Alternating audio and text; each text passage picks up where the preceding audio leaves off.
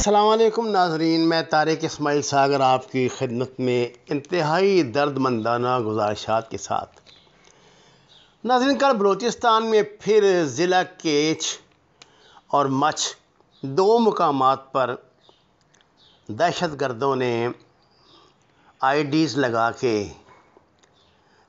Pakistan army کے 7 جوانوں کو شہید کر دیا، جن میں ایک نائب صوبیدار احسان اللہ، نائک نور محمد، نائک مولا بخش، سپاہی امداد علی، نائک اعجاز احمد، نائک زبیر خان شامل ہیں۔ ناظرین کرام، یہ آپ نے نوٹ کیا ہوگا، کوئی پچھلے 3-4 ماہ میں 7-8 اس نوعیت کے واقعات ہو چکے ہیں، جو یہ بتانے کے لیے کافی ہیں کہ حکومتی دعوے ایک طرف، بلوچستان میں پاکستان کے دشمنوں کی پراکسی بہت مضبوط ہو رہی ہے۔ ہمیں یہ تسلیم کرنا چاہیے کہ ہم وہاں یا تو مناسب اقدامات کرنے میں ناکام رہے ہیں یا اپنی روایتی منافقانہ پالیسی کی وجہ سے ہمیں پیاز اور چھتر دونوں کھانے پڑ رہے ہیں۔ مجھے بتائیں یار، عید میں ابھی 5-6 دن رہ گئے ہیں اور آپ نے شیر جوانوں کو ایک اس کی دھماکے کی بھینٹ چڑھا دیا۔ خدا کی پناہ، اس سے پہلے بھی آپ کو پتہ ہے اس میں آفسرز بھی شہید ہو رہے ہیں، جی سی اوز بھی شہید ہو رہے ہیں، جوان بھی شہید ہو رہے ہیں۔ یہ کیا بات ہے؟ کون سا ایسا جادوگر وہاں آ کے بیٹھ گیا ہے کہ جس کے سامنے ہم اتنے بے بس ہو گئے ہیں؟ وہ انڈیا کے وہ جو ریٹائرڈ میجر اور جو بٹھائی ہوئی ہے اپنی فوج، اس نے راہ نے انڈین میڈیا میں، وہ دن رات بکواس کرتے ہیں اور خاص طور سے بار بار بلوچستان کا نام لے کے ہمیں دھمکیاں دیتے ہیں اور اگلے دن کوئی دھماکہ ہو جاتا ہے۔ یہ کیا بات ہے؟ میں تو ایک پروفیشنل کی حیثیت سے اسے اپنی کمزوری قرار دوں گا، آپ کو تسلیم کرنا چاہیے۔ مجھے لگتا ہے کہ ماضی کی طرح ہم پہ سفارتی دباؤ بہت زیادہ بڑھنے لگے ہیں۔ ہمیں پھر ڈرایا دھمکایا جا رہا ہے، کبھی یہ ہمیں ڈراتے ہیں کرونا سے، کبھی فیٹف سے، کبھی قرضے نہیں دیں گے، کبھی قرضے روک لیں گے، کبھی پیسے واپس کرو، کبھی یہ کرو، کبھی وہ کرو۔ اب حکومت جو ہے دوبارہ ایئرپورٹوں کو فروخت کرنے کا پروگرام بنا رہی ہے۔ یہ باتیں طے پا چکی ہیں جو میں آپ سے عرض کر رہا ہوں۔ مجھے اس معاملے میں سیدھی بات یہ کرنی ہے کہ جب تک آپ ایران کی کھچائی نہیں کریں گے تب تک بات نہیں بنے گی۔ جس دن سے میں نے آپ کو بتایا تھا کہ انڈیا کے جہاز جو ہیں، بحری جہاز، وہ چابہار میں اسلحہ اور گندم لے کر آئے ہیں، اس کے بعد سے مسلسل یہ کارروائیاں ہو رہی ہیں۔ یار، ہم تو دو عام سے بندے ہیں، عام ذرائع ہیں ہمارے۔ جب میں بات یہ پریڈکٹ کر رہا ہوں کہ بھی ادھر وہ اپنی پراکسی تیز کرنے لگے ہیں، تو آخر جو ذمہ دار ہیں ان کو تو سوچنا ہی چاہیے تھا نا، ان کو نوٹس لینا چاہیے تھا۔ اس طرح بات نہیں بنے گی۔ میں آپ کو بتا دوں، پاکستان کے یہ شیر دل، یہ بھی کسی ماؤں کے لال ہیں یار، بیویوں ہیں ان کے بچے ہیں بھائی، ان کی بہنیں بھائی ہیں۔ اب مجھے بتائیں، جو ان میں سے کسی کی شادی ہونے والی ہوگی، کسی کی منگنی ہونے والی ہوگی، کسی کی ماں کو اپنے بیٹے کا انتظار ہوگا، وہ کیا کریں گے؟ وہ لاشیں وصول کریں گے ان کی، اور لاشیں بھی اس طرح کہ کسی مقابلے میں وہ نہیں مارے گئے۔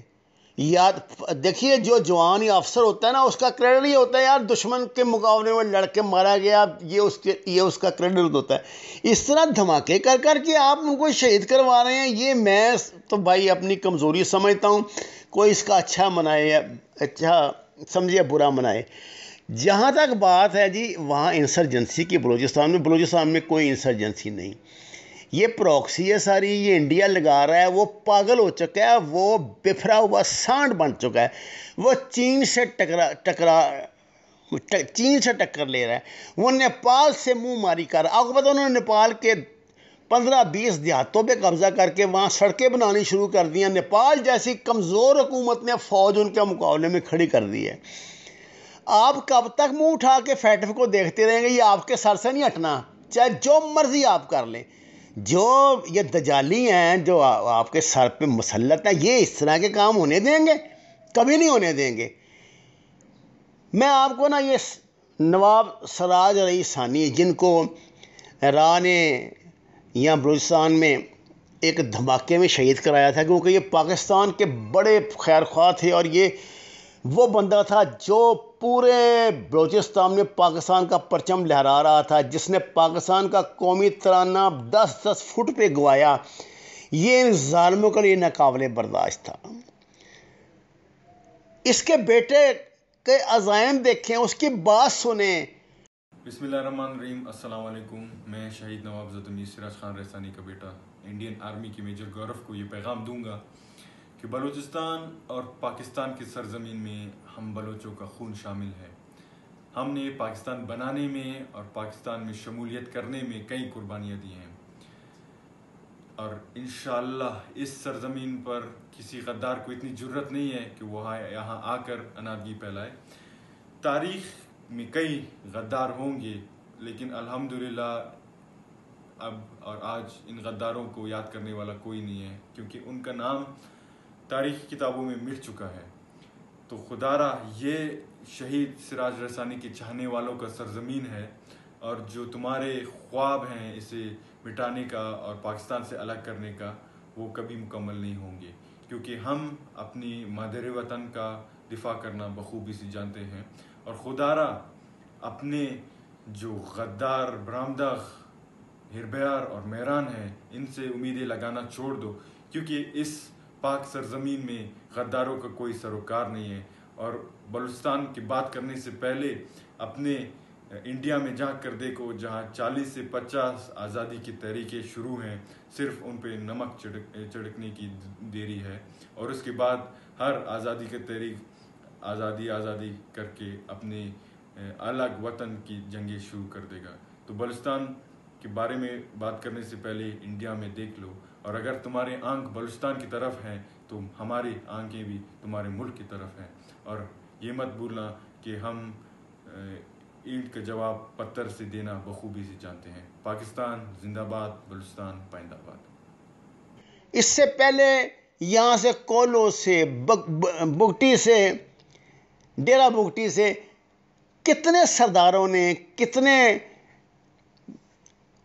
بڑے بڑے جو ان کے M N A M Ps ہیں، جو لیڈر ہیں وہاں، انہوں نے اپنی ویڈیوز ریلیز کی ہیں، انڈیا کو چیلنج کیا ہے، وہ پاکستان کی حمایت کر رہے ہیں. مجھے سمجھ نہیں آتی ہے درمیان میں کیا مصیبت پڑ جاتی ہے.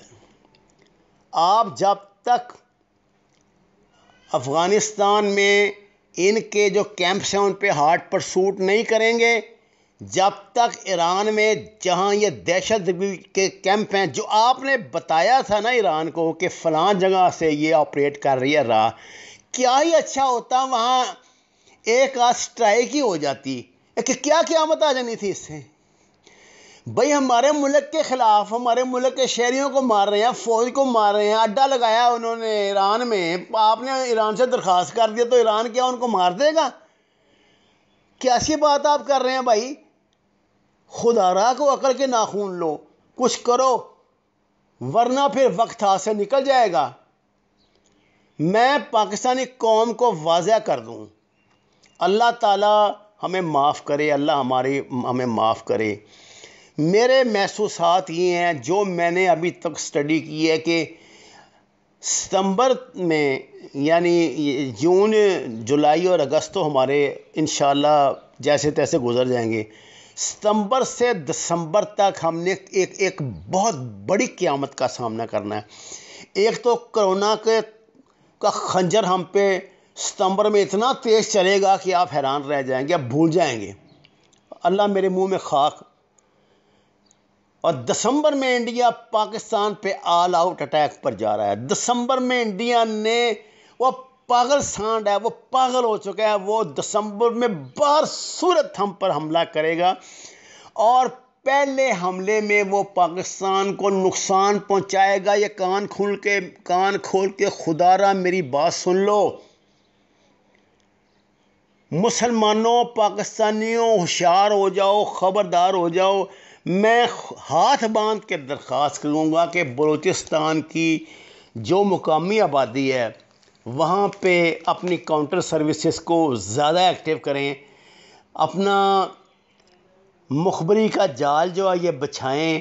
خاص طور سے یہ جو علاقے ایران کی سرحد کے ساتھ ساتھ لگتے ہیں، خدا را ان میں پاکستان میں ایسے واللہ میں جانتا ہوں ISI میں، MI میں، یہ جو دوسری جتنی بھی ایجنسی ہیں ان میں ایسے شیر دل بیٹھے ہیں، ایسے اللہ نے برین دیے ہوئے ہیں جو اڑا کر رکھ دیں گے اس سارے منصوبوں کو. لیکن یہ ہے کہ انہیں میدان میں اتاریں اور انہیں ان کے ہاتھ کھول دیں. خدا را وہاں جو لوگ ایکٹیو ہیں، جو ہمارے یہ دلیر، یہ سفید پوش جو ہیں، اللہ تعالیٰ ان کو دین و دنیا کے سرفرازیوں سے نوازے. ان کے ہاتھ کھول دو یار، خدا را ان کے ہاتھ کھول دو. انہیں کچھ کرنے دو، کچھ کر کے دکھانے دو. نہیں تو یہ تو اس طرح تو کوئی بات نہیں. نہ دیکھیے، بڑے دکھ کی بات ہے، کلیجہ پھٹتا ہے خدا کی قسم کہ وہاں انہوں نے ID لگا کے جیپ اڑا دی اور 5 جوان شہید ہو گئے. ایک کرنل شہید ہو گیا، ایک کیپٹن ہو گیا، ایک میجر ہو گیا، صوبے دار ہو گیا. اس طرح تو نہیں نا مطلب اپنے جوانوں کی بلی چڑھائی جاتی. مجھے امید ہے کہ میرا پیغام جو ہے وہ کنسرن کارنرز تک پہنچ گیا ہوگا.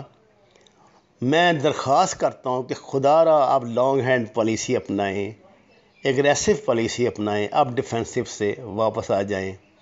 اس پیغام کے ساتھ کہ قرآن کو ترجمے کے ساتھ پڑھیے، نماز کا ترجمہ جاننے کی کوشش کیجیے. اگر آپ نے ابھی تک ہمارے چینل کو سبسکرائب نہیں کیا تو پلیز اسے سبسکرائب کریں. آپ کا بہت شکریہ.